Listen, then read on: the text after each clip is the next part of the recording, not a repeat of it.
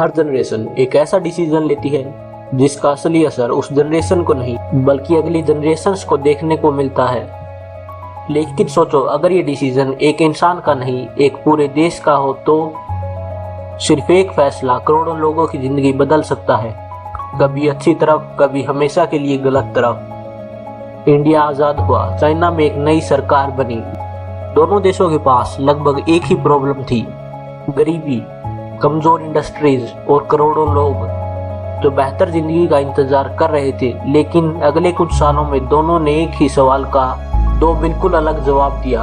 और आज अगर आपके हाथ में स्मार्टफोन है, अगर आप किसी सॉफ्टवेयर का इस्तेमाल करते हैं या दुनिया के किसी भी प्रोडक्ट को खरीदते हैं, तो मुमकिन है उसके पीछे इन्हीं दो फैसलों की कहानी छुपी हो। और सबसे हैरान कर देने वाली बात, शुरुआत में लगभग किसी ने भी प्रिडिक्ट नहीं किया था कि कौन सा रास्ता दुनिया को ज्यादा बदलेगा। इस वीडियो में हम सिर्फ इंडिया और चाइना को कंपेयर नहीं करेंगे, हम समझेंगे दोनों देशों ने शुरुआत में कौन से इकोनॉमिक डिसीजंस लिए थे। चाइना का पहला इकोनॉमिक एक्सपेरिमेंट इतनी बुरी तरह फेल क्यों हुआ, कैसे वही देश बाद में दुनिया की फैक्ट्री बन गया। इंडिया मैन्युफैक्चरिंग जाइंट क्यों नहीं बना लेकिन सॉफ्टवेयर सुपर पावर कैसे बन गया। और सबसे इम्पोर्टेंट, आज आर्टिफिशियल इंटेलिजेंस, सेमीकंडक्टर्स और क्लीन एनर्जी की जो ग्लोबल रेस चल रही है उसका कनेक्शन 70 साल पहले लिए गए फैसलों से कैसे जुड़ता है। क्योंकि हिस्ट्री सिर्फ ये नहीं बताती कि क्या हुआ था, हिस्ट्री ये बताती है कि आज जो दुनिया हम देख रहे हैं वो बनी कैसे। 1947 के बाद इंडिया के सामने सबसे बड़ा सवाल ये नहीं था कि इकोनॉमी को बड़ा कैसे बनाया जाए, सवाल था इकोनॉमी को शुरू कैसे किया जाए। लगभग 200 साल तक ब्रिटिश राज के दौरान इंडिया का रोल ज्यादातर रॉ मटेरियल सप्लाई करना था। कॉटन यहाँ उगता था, आयरन ओर यहाँ निकलता था, लेकिन उनसे बनी हाई वैल्यू प्रोडक्ट्स अक्सर ब्रिटेन की फैक्ट्रीज से वापस इंडिया आती थी। आजादी के बाद तस्वीर बिल्कुल अलग थी। हैवी इंडस्ट्रीज बहुत कम थी, मशीन टूल्स की कमी थी और कई बार मशीन्स बनाने वाली मशीन्स भी इंपोर्ट करनी पड़ती थी। इसीलिए इंडिया ने एक बुनियादी फैसला लिया, अगर देश को मजबूत बनाना है तो सबसे पहले उसकी इंडस्ट्रियल फाउंडेशन मजबूत करनी होगी। इसी सोच के साथ सेकंड 5 ईयर प्लान में हैवी इंडस्ट्रीज पर जोर दिया गया। भिलाई, रोरकेला, दुर्गापुर ये सिर्फ स्टील प्लांट्स नहीं थे, ये नए इंडस्ट्रियल इंडिया की नींव थी। जहां कुछ साल पहले खाली जमीन थी वहीं धीरे धीरे ब्लास्ट फर्नेसेस खड़े होने लगे, रेलवे साइडिंग्स बनी, पावर प्लांट्स बने, कर्ज के लिए टाउनशिप्स बनी, स्कूल खुले, हॉस्पिटल बने। एक फैक्ट्री के आसपास पूरा शहर जन्म लेने लगा। इंडिया का मानना था अगर कल दुनिया हमसे ट्रेड बंद भी कर दे तो भी हम अपनी बुनियादी जरूरतें खुद पूरी कर सके। इसी सोच को कहा गया सेल्फ रिलायंस। उस वक्त ये स्ट्रेटजी सिर्फ इकोनॉमिक चॉइस नहीं थी, ये नेशनल सिक्योरिटी का भी सवाल था। और उस समय के हिसाब से इस फैसले के पीछे स्ट्रॉन्ग लॉजिक भी था। लेकिन हजारों किलोमीटर दूर चाइना भी लगभग वही सवाल पूछ रहा था, पर उसने जवाब बिल्कुल अलग दिया। कम्युनिस्ट रेवोल्यूशन के बाद चाइना ने फैसला किया कि इकोनॉमी को मार्केट नहीं सरकार चलाएगी। धीरे धीरे फैक्ट्रीज, बैंक, बड़ी इंडस्ट्रीज और जमीन तक स्टेट के कंट्रोल में आने लगी। सोच सीधी थी, जब पूरा देश एक ही डायरेक्शन में चलेगा तो डेवलपमेंट होगी, तेज होगा। पेपर पर मॉडल काफी पावरफुल लग रहा था, लेकिन सिर्फ कुछ सालों बाद इसी मॉडल की सबसे बड़ी परीक्षा होने वाली थी और वहीं चाइना की हिस्ट्री का सबसे महंगा इकोनॉमिक एक्सपेरिमेंट बन गया। माओ जेडुंग ने एक एम्बिशियस कैंपेन शुरू की, नाम था द ग्रेट लीप फॉरवर्ड। गोल बहुत बड़ा था, कुछ ही सालों में चाइना को इंडस्ट्रियल सुपर पावर बनाना। इसीलिए गांव को लार्ज पीपल्स कम्यून्स में ऑर्गेनाइज किया गया, प्राइवेट फार्मिंग लगभग खत्म कर दी गई। और फिर एक और कैंपेन शुरू हुआ, बैकयार्ड फर्नेसेस। लोगों से कहा गया कि घरों के आसपास स्टील बनाना शुरू करो, बर्तन, लोहे के गेट, खेती के औजार और जो भी मेटल मिले उसे पिघला दो। हर जगह छोटे छोटे फर्नेसेस जलने लगे। लेकिन एक प्रॉब्लम थी, स्टील बनना सिर्फ लोहा पिघलाने का नाम नहीं होता, उसके लिए टेक्नोलॉजी चाहिए, ट्रेनिंग चाहिए, क्वालिटी कंट्रोल चाहिए और सबसे जरूरी लोग चाहिए। जब लाखों लोग खेतों से हटकर फर्नेसेस के पास पहुंच गए तो खेती पर सीधा असर पड़ा, हार्वेस्ट गिरने लगी, फूड प्रोडक्शन कम होने लगी और धीरे धीरे चाइना 20th सेंचुरी की सबसे विनाशकारी फैमाइन्स में से एक की तरफ बढ़ने लगा। जिस पॉलिसी से चाइना दुनिया को सरप्राइज करना चाहता था उसने चाइना को ही हिला दिया। लेकिन इस कहानी का सबसे बड़ा ट्विस्ट अभी बाकी था, क्योंकि इसी हार से चाइना को वो सबक मिलने वाला था जो आगे चलकर उसकी सबसे बड़ी इकोनॉमिक ताकत बन गया। कभी कभी हिस्ट्री अपनी सबसे बड़ी सीख जीत से नहीं देती, बल्कि एक ऐसी हार से देती है जो पूरी सोच बदल दे। चाइना के साथ बिल्कुल ऐसा ही हुआ।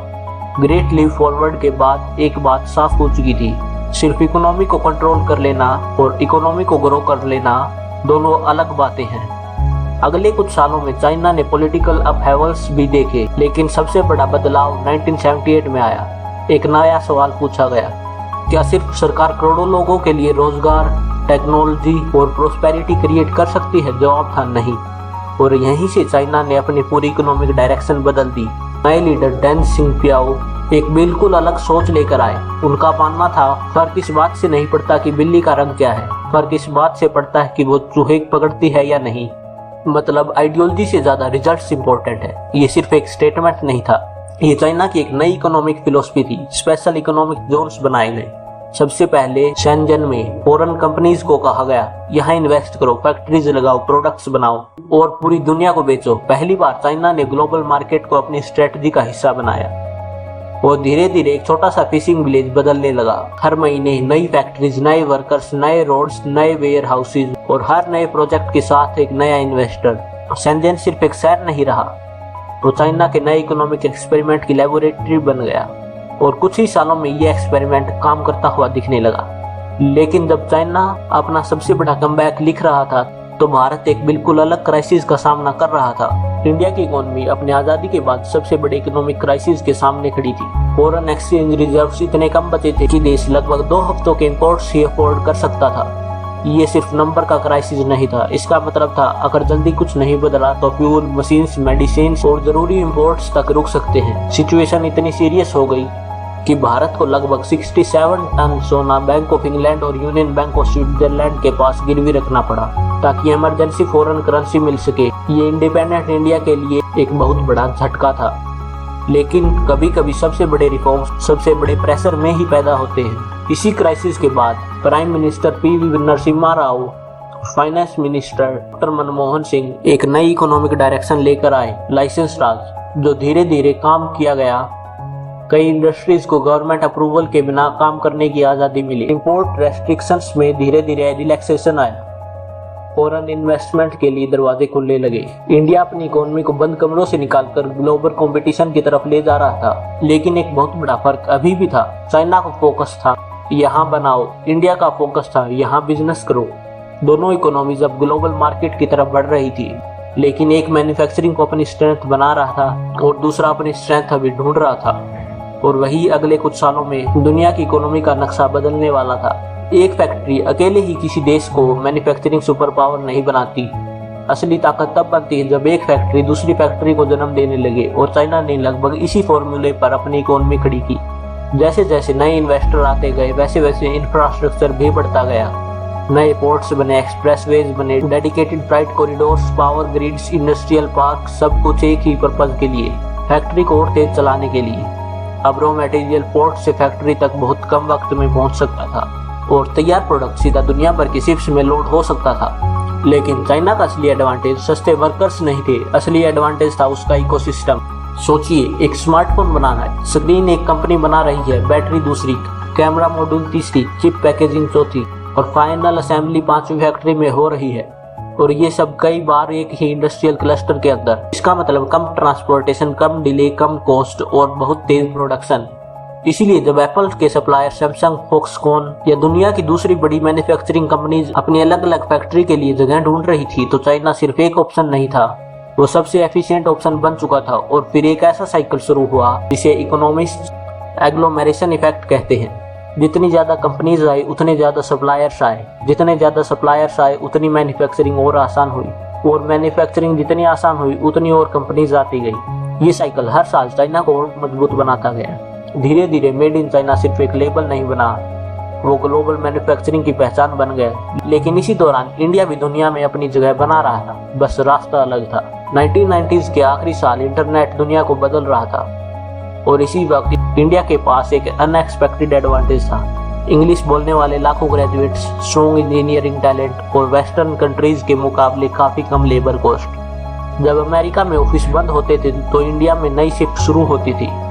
टाइम डिफरेंस, एक बिजनेस एडवांटेज बन गया। पहला कॉल सेंटर शायद, फिर सॉफ्टवेयर डेवलपमेंट, उसके बाद आईटी कंसल्टिंग और धीरे धीरे दुनिया की बड़ी कंपनीज अपना टेक्नोलॉजी भाग इंडिया को देने लगी। इन्फोसिस, टीसीएस, विप्रो, एचसीएल, ये सिर्फ इंडियन कंपनीज नहीं रही, ये ग्लोबल टेक्नोलॉजी पार्टनर बन गई। चाइना कंटेनर्स एक्सपोर्ट कर रहा था, इंडिया कोड एक्सपोर्ट कर रहा था। एक देश प्रोडक्ट्स बना रहा था, दूसरा सॉल्यूशंस। एक दुनिया की फैक्ट्री बन गया, दूसरा दुनिया का डिजिटल बैकबोन। और यही इंडिया और चाइना की कहानी सबसे ज्यादा अलग हो जाती है। दोनों ने ग्लोबल इकोनॉमी को अपनाया, लेकिन एक ने अपनी सबसे बड़ी ताकत मशीन्स में ढूंढी और दूसरे ने इंसानी दिमाग में। लेकिन सबसे बड़ा सवाल अभी भी बाकी था। अगर दोनों मॉडल्स इतने सक्सेसफुल रहे तो आज आर्टिफिशियल इंटेलिजेंस, सेमीकंडक्टर्स और क्लीन एनर्जी की रेस में दुनिया किस मोड़ पर खड़ी है? और क्या हिस्ट्री एक बार फिर खुद को रिपीट करने वाली है? अगर इस पूरी कहानी को सिर्फ जीडीपी के ग्राफ से देखा जाए तो शायद सब कुछ नंबर्स का गेम लगे, लेकिन हर ग्राफ के पीछे करोड़ों लोगों के डिसीजंस छुपे होते हैं। इंडिया और चाइना दोनों ने गलतियां की, दोनों ने उन गलतियों की बड़ी कीमत भी चुकाई, लेकिन एक चीज दोनों ने सही की। जब उन्हें समझ आया कि पुराना मॉडल अब काम नहीं कर रहा तो उन्होंने उसे बदलने की हिम्मत दिखाई। और शायद यही किसी भी सक्सेसफुल इकोनॉमी की सबसे बड़ी स्ट्रेंथ होती है, परफेक्ट होना नहीं, सीखते रहना।